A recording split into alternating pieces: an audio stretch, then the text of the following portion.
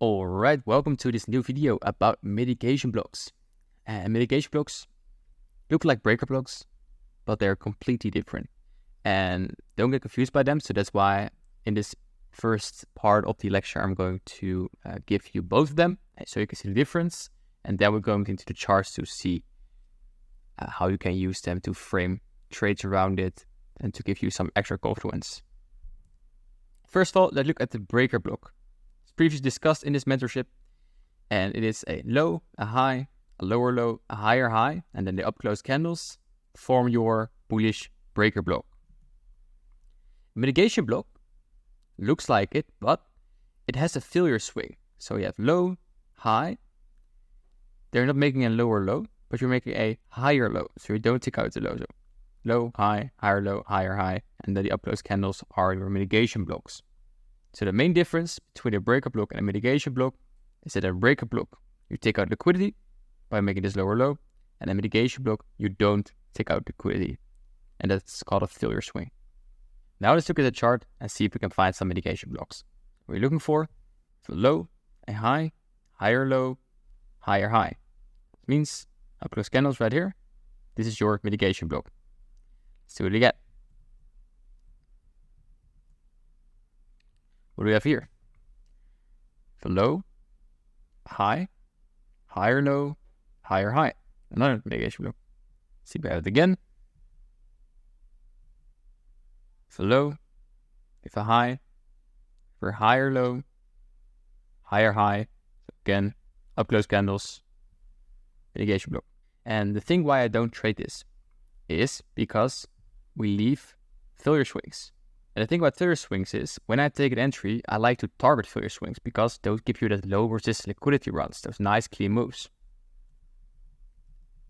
And when price touch them, they want to touch them with speed. They see the speed is candles going through the failure swings. That's why I'm not using them in this way, not as part of an entry model, but I want to use an extra confluence in combination with a market maker buy or sell model.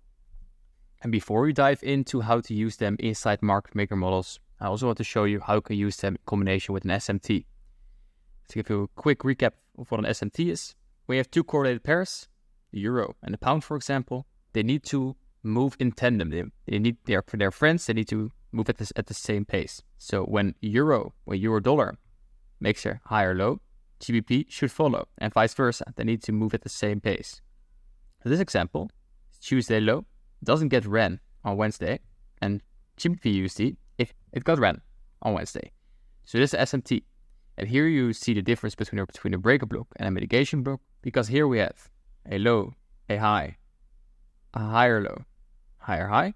So this is your mitigation block right here. And here you have a low, a high, a lower low, a higher high, and then this is not a mitigation block, but a breaker block.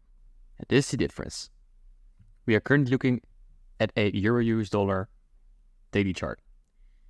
And here you see a clear market maker buy model with original consolidation here, and that will be the target later on. And how you can use mitigation blocks inside a market maker buy model or a market maker sell model is to look at the sell side of the curve, and all the order blocks, all the bearish order blocks who were on the sell side of the curve, you can use them at the buy side of the curve as mitigation blocks. For example, here we have a bearish order block right here because we took out liquidity, and we can use it later on as a point where price can mitigate on the buy side of the curve. So here, up close candles that took out liquidity. If you drag them out to the buy side of the curve, you see how price comes back into it before continuing its move. And the most powerful thing is, if you use the mitigation blocks in combination with your value gaps, then you have your high probability setups. Here as well, a bearish order block, you mark it out in time, and you see how beautiful it is. Gets respected before moving upwards. So use order blocks on the sell side of the curve, so bearish order blocks, you can use them again on the buy side of the curve as extra confluence for your buy setups. If you use them with fair value gaps, you have your high probability setups. Let's take a look at another example. Here at the Euro USD chart, we just traded into a weekly order block, and now we see on the daily, we see a smart money reversal happening.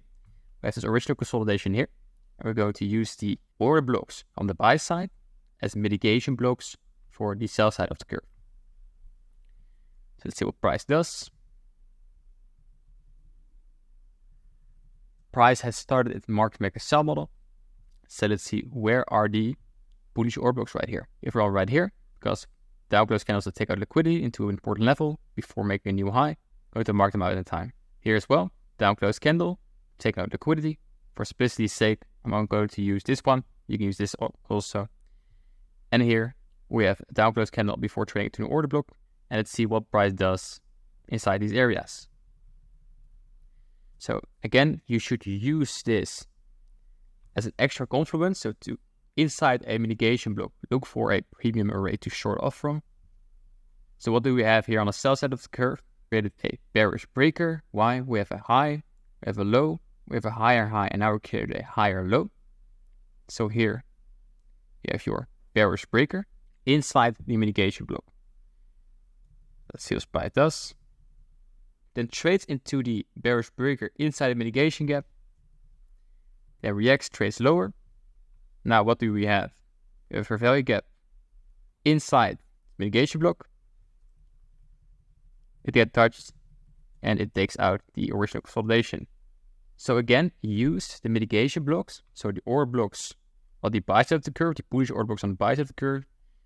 Mark them out in time and use them as an extra confluence when you are at the sell side of the curve. I hope you enjoyed this video. If you did, please like, subscribe, and share it with all your trading friends. There's a lot more 2024 mentorship videos coming up, so stay tuned and I'll see you in the next one.